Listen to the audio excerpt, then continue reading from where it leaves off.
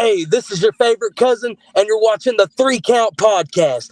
Oh!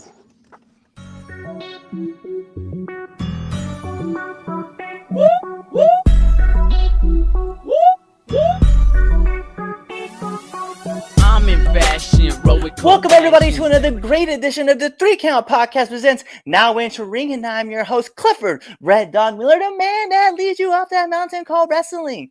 And by now, after our 200 something episode, you guys should just say it right. I am your Sherpa, because like your tribal chief, acknowledge me. But like every good Sherpa, you gotta have someone who's been there, done that, and can do it more efficiently than you can. That's why it's never about me. It's about who's entering the ring. So who's entering the ring today? Well, he comes to us from ASW, RWA, SWF, No Limit, SSW, and TWA. He is the monster. He is the lethal one. He is Cousin Condry. Oh, how you doing, boss? Yo, I'm doing great, man. How are you doing? I'm doing pretty good, Yeah, I'm gonna say though, I definitely appreciate you coming on our show because I know it's definitely like tough to get a hold of people sometimes, and I'm very appreciative that you're like, yo, I'll come on this show. Oh, no problem. I appreciate you for having me on, man. Absolutely. Hell yeah. So first question I'm gonna ask right off the jump, right? Because I know I probably fucked his name up, right? But who is Cousin Condry? Cousin Condry is just a miscreant from the backwoods of Bradyville. You know what I mean? He doesn't play by anyone's rules necessarily, and he's got his own set of values. I like it though. And it's one of those things like when you create a character and you're like having fun, like not really pulling back the curtain, I guess to say, but really when you're creating a world and creating this character, like coming up with a backstory and like understanding why they're doing the things they're doing and what their motives are and stuff. It's really like, I don't know, for me, it's one of the coolest things like I've been able to do and get into and like expand myself as much as possible. Oh, definitely. That's I guess the funner aspect of the wrestling business is actually the creativeness of it. You know, sitting down and actually getting to watch your art come alive. You know, we're all artists in this business, and at the end of the day, whatever you put together, whatever you create, that's your masterpiece. You got to roll with it. Yes. And sometimes things don't go according to plan. So then, you take it back to the drawing board, sharpen up a little bit, and then you just take it back out and try it again. I've had, like, I know when I first got in, like, the one thing that this was something I thought, right? I thought, like, your trainer just picked out your gimmick and, like, that's what you are and you got to run with it. And so, I was prior military. And so for me, like, my, my trainer was like, you're going to be the military guy, a serious gimmick, right? Serious military dude. And I was like, cool. Except I'm not even close to being that person. I was like, and I tried for like 9 months and like things were kind of moving in like a positive direction, but then I just gave it all up because I was like, I want to be just like the fun loving asshole who's like, you have really dark humor, but also really, really fun at like, poking at situations like a regular military dude would be. And so the more genuine I got into it, the bigger reactions I saw from the crowd. And then my trainer was like, all right, just do what you do and run as hard as you can. And that's usually what clicks more with the people when they tell that you're having fun and what you're doing, and that you can actually grasp the concept of what you're trying to portray to those people. They connect with that a little bit more than somebody who's just out there going through the motions and filling a role. You know what I mean? Yeah, because it's definitely when you're trying to figure out how your character really wants to move and the things that you want to do with it. It's kind of hard to like fake something because people always like fake it till you make it. But if you don't want to fake it, like everyone can see it, Yep. and it's very hard to like pull that curtain away and be like, no, no, no, I'm serious. Look at me, and you're just like, I'm not really being that serious, and you're like, check me out, and they're like, no, we don't believe you. That's how it is, though. Honestly. So my question is, how did you get into the business? Uh, my dad actually has been in the business for almost 20 years, at little over maybe. And I just went to shows, my whole youth, went with him Thursday through Saturday. And by the time I was 14, I started reffing, picking up where other people weren't able to fill in. Maybe somebody didn't show up for security, or we didn't have a ref or something like that. Uh, and I would always, before every show, and I still do, I'll get there early and I'll work out in the ring. So when I was around 15, my dad and a couple of other workers in the business, they were kind of watching me from the side, and I was working. Me and another trainee worked a match that was about 8-9 minutes long, and they really liked it. So he was like, "Hey, do you, we had somebody not show up. Would you like to work a match?" And I said yes. So I never really had formal training until like about a year or two in, and then I started working at Wolfie D's House of Champions. Went to his training school for like a month or 2 months, and I started getting some training by Primetime Brian Lee, who was the fake Undertaker in the WWE in 1997, Yeah. uh, and that's how it happened. I like that though, and that's cool that you got like to work with someone who has been to the peak, right? I know another veteran who refers to it as studying at Harvard and Yale, like in the wrestling business, and like obviously like WWE, WWF, whatever you want to call it, right? Is the pinnacle of where everybody wants to get to, and so to be able to get to work with those people who have been to that, you can squeeze so much knowledge out of that tree. A lot of knowledge, and even when you're not in the ring, you're just around them. You pick up on different things or stuff that they're, all right, what are we gonna do tonight? And you just listen and pick their brain as they're, and even in their everyday activities, there's so much you can learn from somebody who's been to the show. You know, Yeah, definitely. I know, like for me, I got to pick the brain of Gilbert, and Dwayne is one of the nicest dudes that I've ever met in my life, and he's just so down to earth. And I get to have this conversation with this man, who his character was a parody character, right? That's Gilbert, but he like has so much to give back that you're just like it takes so much time to be able to like be like, yo, I got to really digest all the stuff that you're telling me because it's hard because you're like, dang, dude, like how much knowledge do you really can I just keep continue to grow and then you find new things that you want to talk about and learn and you're just pushing and pulling and trying to figure out what else you can shake out of the tree. And it is cool to be able to talk to those guys. definitely. And a lot of those guys, they're not looking for money or anything. There's people that do seminars, but a lot of them guys in the locker room, they will they will tell you all you want to learn if you just go up, be respectful, and ask. Uh, they just want to help people that are passionate about wrestling just as much as they are in most cases.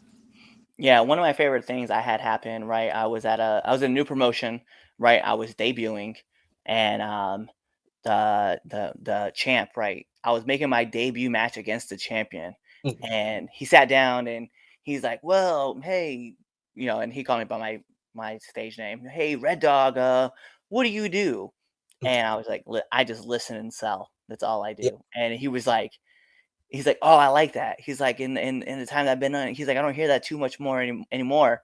Uh, but what do you want to do in this match?" And I was like, "Oh, well, let's talk." And then we kind of went through like the six moves that I like to hit in a match. And then he was like, "I love it." And then we built a match around it, and it was incredible to be able to work with someone like him. And it is very cool when you get to have that first experience, and you obviously pay your respects first, and then you can see it get reciprocated back.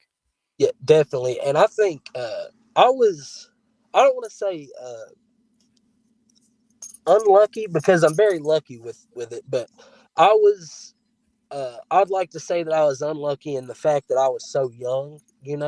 Uh, I didn't really have the. I was still childish in a sense. I probably didn't let enough information sink in because all of my growing and which I'll always be learning, but everything that I've been happy with that I've done in wrestling is all came within the past year. And Mm. it's nothing super major, but I've been traveling more. Over the last 3 weekends, I've drove over 3,200 miles just for shows. Uh, and, I'm actually getting out there. I've got some. overseas bookings next year, 2 different continents. Is going to be cool as shit. I'm Nice. really like I've worked harder this year than I think I ever have done. Like worked at anything in my life, honestly. Um, I took a 4 year break. I started wrestling when I was 14, stopped when I was 20, and started again earlier this year when I was 24. So Nice. And that's kind of cool that you're gonna get those international bookings too, because like once you start leaving and going to other places, like now you become, and it's funny because I hear it a lot. Like you'll hear those veterans who like say they've been wrestling for like 10 years, but they've only been at one or two promotions within like the state. But once you kind of start traveling, like now you're picking the brains of like everybody else around you. And yeah, so it is cool. It's cool to hear you talk about like, yeah, I'm gonna go international and I get to do this and this. So that's yeah. really cool because I know a bunch of friends who've gone overseas and just like had a blast like putting on shows. I'm excited. Man, the biggest thing I'm gonna say is learning different styles and different like crowds too, like different settings and the way different people react. That's the biggest thing I'm excited about is the learning aspect of everything that I'm gonna get to bring back too and share with some of the people that I work with here. That's it is a dream. You know what I'm saying? It feels like a dream come true when you get to, and it's not a super big show, but it's getting to go over there. Yeah, and when you get that invite, like all of a sudden you leave and you come back. Now you're not just locally known, you're internationally known, and that's massive to be able to do something like that. Uh, so you have said though that you've been traveling around, and like you said, last 3 weekends, 3,200 miles. So I'm pretty sure you have one of these, and I just want to know what's the worst bump you've taken. The worst bump that I've taken the last 2 weeks uh, is actually two of them. In North Carolina, both times, I took a back body drop on the concrete in the middle of the Chapel Hill Square in North Carolina from a pretty tall dude.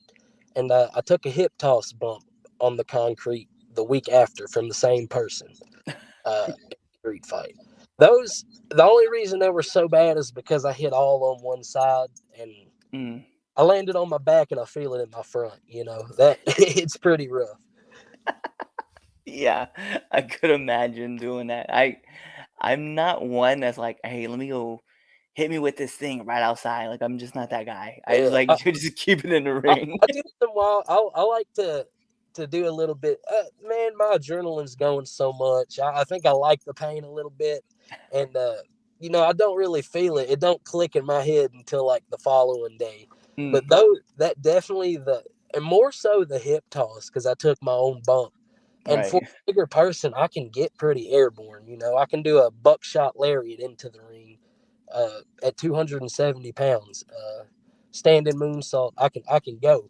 So when I jumped and took that hip toss, when I hit, I felt it all right there. I I was like, oh man, this is a mistake. This was bad. Yeah, I could imagine. I know, like, I got nervous because, like, I did my first dive in a match, last week, actually, last weekend. The first time ever diving out, and I've been in just under 3 years now. So like for me to like, and at 37, right, to just all of a sudden sell out and go for this dive, like I was like, I hope you guys catch me because I really don't want to regret doing this at all. Oh man.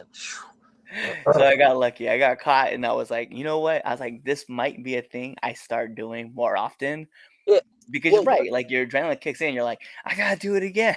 yeah, once you do it that first time and you don't get hurt and all that nervousness goes away and the confidence kicks in, Yeah, you'll want to do it every week. right.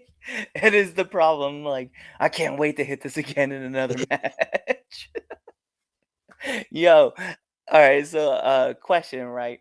Yeah. Uh, everybody has like their like you have your character, right? But it's usually kind of like you're picking and choosing from like other things, medias, or even just like other wrestlers.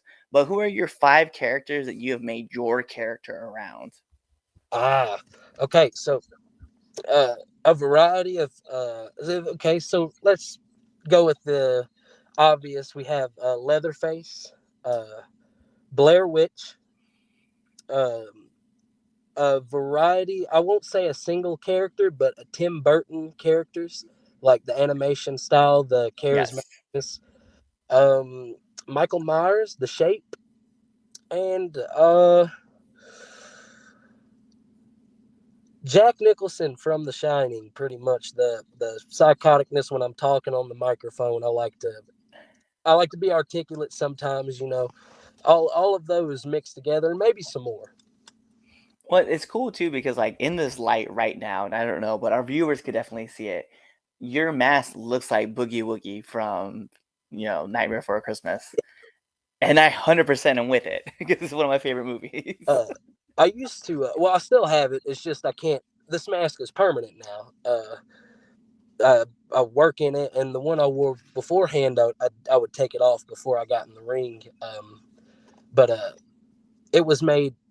It was still kind of like this with the straps up top and around the back, hair flow, but it had burlap on the front, Mm. and it would be a cool mask if I could get it to stay on. But I think I need to throw a chin strap on it or something. I understand. This one's is hot. Oh yeah. I wear a mask to the ring and I don't I only have like a half piece Mm, and I'm like that's the first thing I take off yes, anytime I get to the ring because I'm this like nope. this one's got good airflow underneath, but man, up here there's no nose holes or. Ooh. I have two little ones like right here and then like the whole mask is open. I'm like nah, I still gotta go. Like I'm just not wearing this. And I'm very vocal in the ring. I think being energetic and charismatic goes a long way. Character sells. And it is. I mean, I get blowed up from hollering, talking, working the people, and it is very unpleasant after about 5 or 6 minutes. It starts getting it's a uphill battle. I understand. So, check it out. I'm just kind of wanting to know, like, what's one of the hardest lessons you've had to learn being in the business? Uh, Hardest lesson that I've had to learn is probably uh to just people are going to do what they're going to do, and there's no such thing as originality in wrestling. Mm, uh which I mean, and I still have that internal battle. I believe that there still is originality in wrestling. There's I mean, you know what I mean, wrestling is 200, 150, 200 years old. Before that, Roman times, you know what I mean, but pro wrestling, but still, i I think that there is still room for people to be original, and even if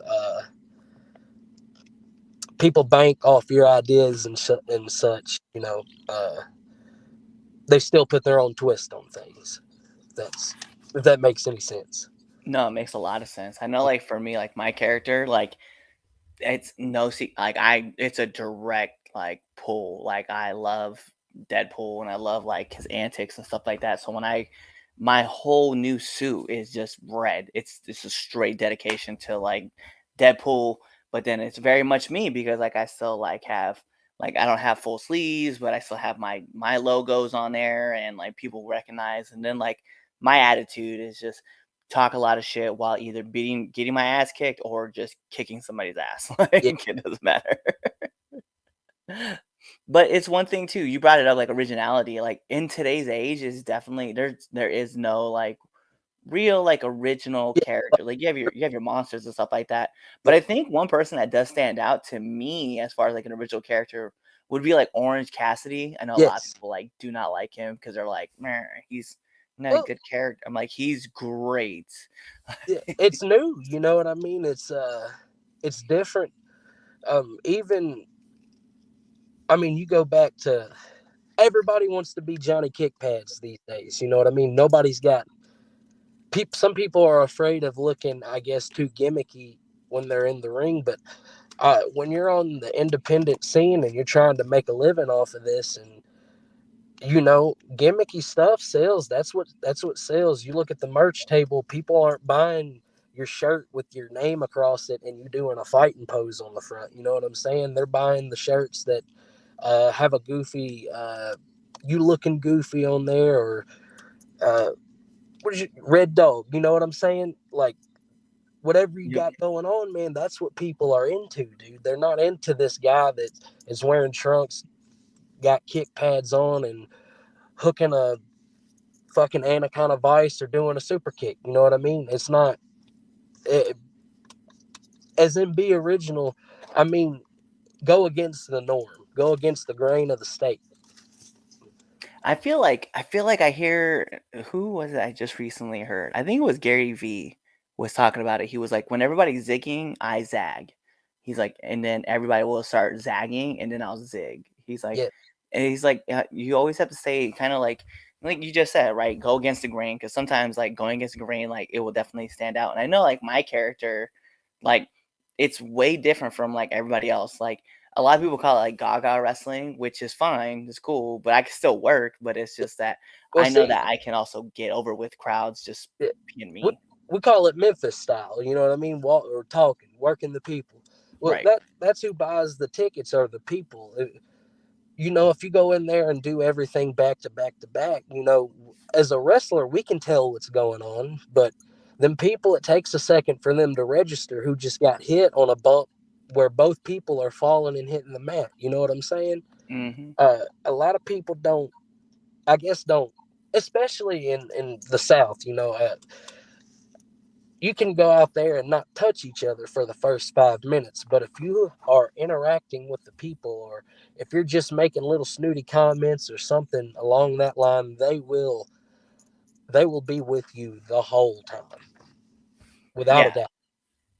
100%. I love the fact, and that's the one thing I definitely try to do is I try to find like the one or two fans I see in the crowd that are watching me, and then just I direct like all my energy at that one or two because like if I know I got them on the hook, that means everybody around them is probably going to start feeling the same way in a little bit.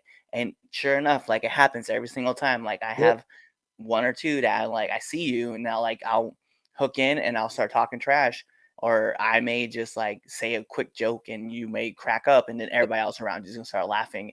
Typically though, I like to aim at kids because like that's just an easy well, target and it's a lot of fun. funnily enough, I am a serial killer character is the gimmick, and kids are who enjoy me the most. I am more over with the kids than anybody, and I find that wild. I guess people are more sadistic nowadays, and it stems from a young age.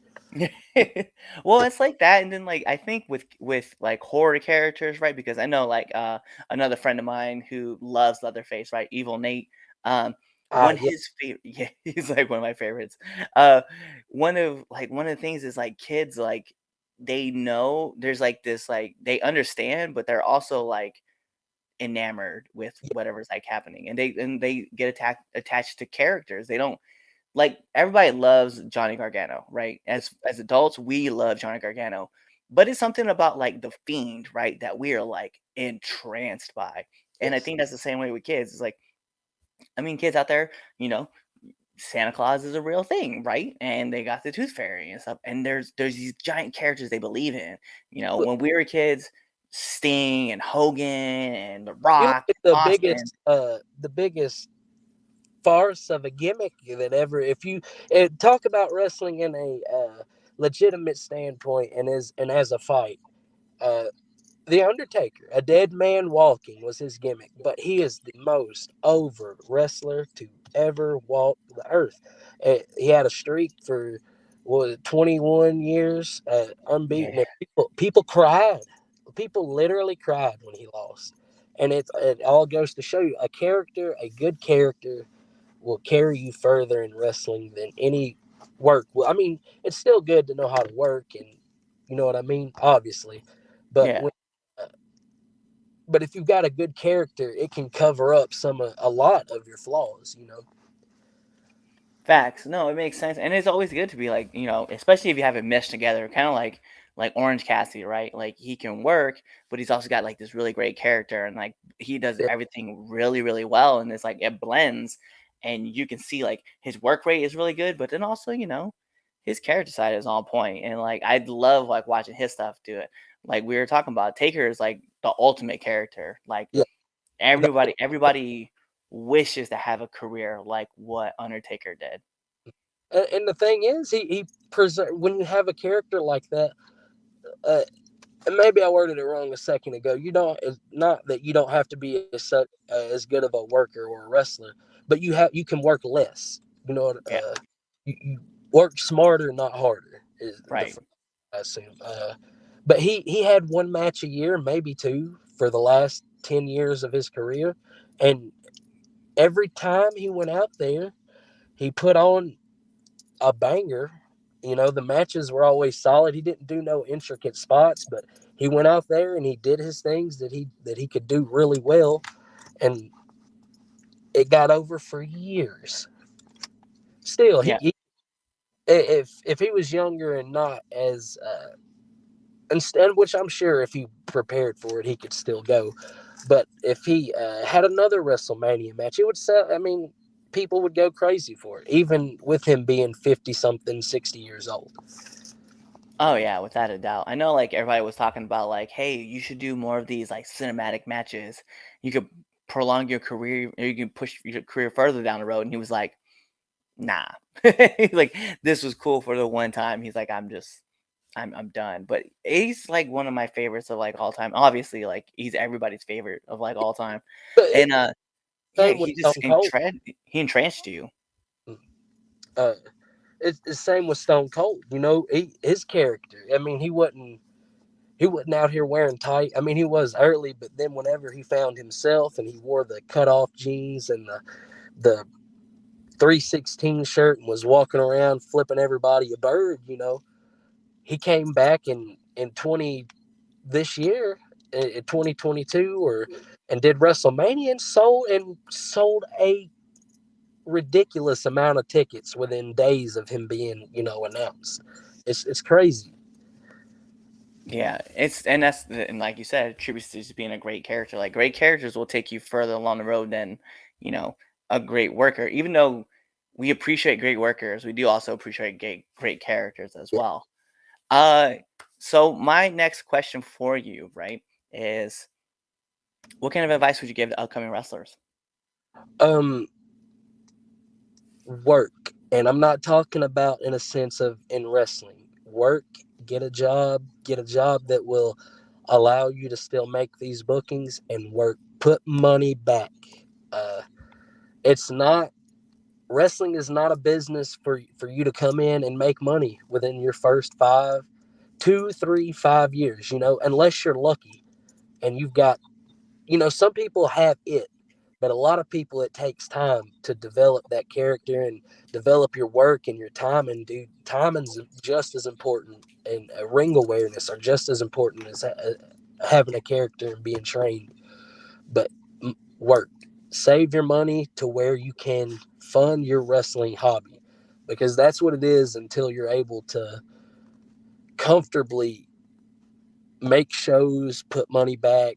You know, I've been lucky uh, over the past 2 months to be able to quit my regular 9 to 5 job and focus on wrestling. So, um, and but it really is. A lot of people I don't think understand how much money, time, and effort goes into being even a new professional wrestler. If you're really trying to push yourself, your character, your brand, because every pro wrestler, you got to think we are independent contractors. We are a business. Your character is a business that you're trying to sell to companies, fans, people around the internet. You've got to be marketable. And in order to be marketable, you've got to spend money to make money. Yeah, it's very true. Like all that, I love it.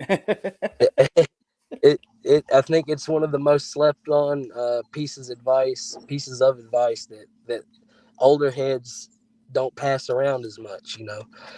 Uh, and traveling's not cheap nowadays either. So Nope. definitely, uh, very close second piece of advice is abide by your bookings. If you tell somebody you're going to be there, then be there.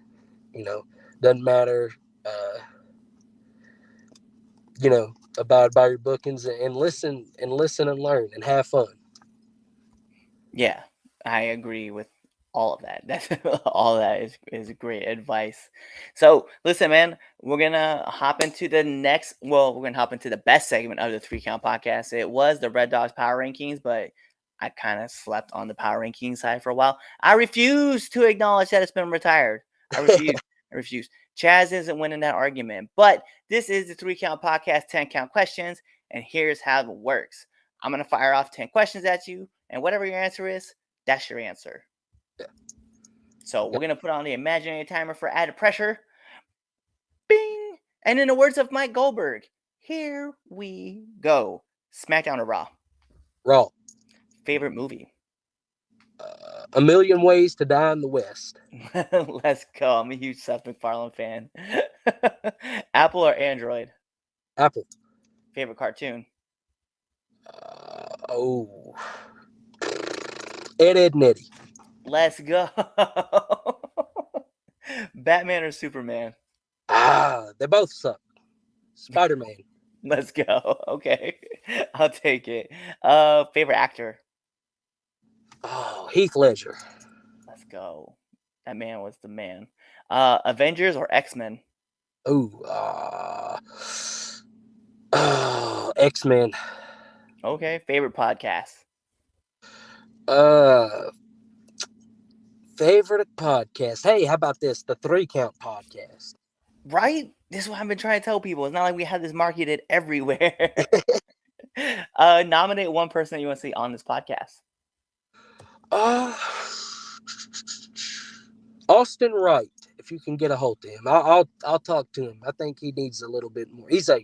I'm a technician in the ring, a young kid, another second generation guy, and I had 2 great matches with him 2 weeks ago, and I would do them anywhere. Literally take them anywhere. Nice. Or Uncle Biff, he's my tag team partner. He's a big old bald dude. He kind of looks like Shrek. bet. And my last question I love asking every single person who comes on this podcast. Favorite curse word?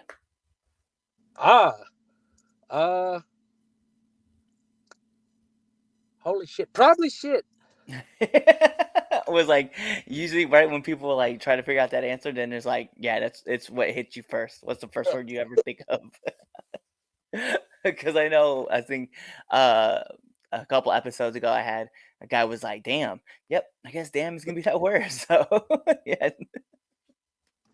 I love it. So those are all my questions and stuff. The last thing I need from you is to let our listeners and our viewers know where they can find you.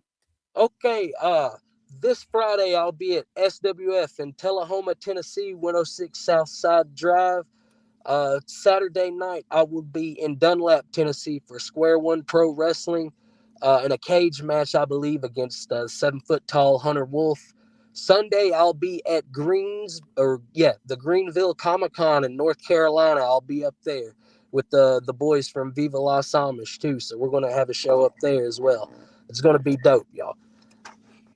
Viva Las Amish. Like, I met those guys in Delaware, and they're hilarious. They're great. I think they got another show in Delaware coming up in December. Houston, Delaware, I believe. I think I'll be up there with them too. Bet. Maybe I'll run into you because I will definitely be there as well. Awesome. That would be dope. Bet. Well, he told you where you can find him. He told you about his dates that he's got coming up. So, like every great part of a wrestling match, we got to take this home. Because this is the Three Count Podcast presents Now Into Ring, and I'm your host, Clifford Red Dog Miller, the man that leads you up that mountain called wrestling. But like every good Sherpa, it's never about me. It's about who's entering the ring. And you see him right there. Cousin Condry himself. So you guys know what to do. Tune into the next episode and be there, or you're really just following us on all of our social media platforms. You're even buying our merch on prowrestlingtees.com/3 Count Podcast. You're subscribed to our YouTube channel. You're following us on Spotify. You're leaving us 5-star frog splash reviews on Apple Podcasts. You're even telling your friends about us, and you're commenting on all of our stuff. Or you're really just kind of waiting for this episode to end. You're waiting for that outro, and then you're choosing another episode to listen to. Peace. What's going on, Three Count Nation? I'm Clifford Red Dog Miller with the catchphrase. But what I really want you to do right now, go to twitter.com, right? Go over there, find us at the 3count_pod, give us a follow, give us a like, give us a comment. We want to talk to you guys. Go to IG at the 3countpod. Give us a like, give us a follow, leave us a comment. We want to interact with you. Go to youtube.com, give us a subscribe, turn the bell on, turn the notifications, leave a comment. We want to talk to you. Go to anchor.fm/the 3count podcast, and in there, you can leave us a message, and we will talk to you. Basically, what I'm trying to tell you is that we want to talk to you. We want to have fun with you guys, and we love listening to what you guys have to say. Also, one thing I need you to do for me, the 3count podcast also has merchandise. Oh! At prowrestlingtees.com/the 3count pod. Please go buy our t-shirts. We love you guys, and we hope you love us too. So show us some support, please.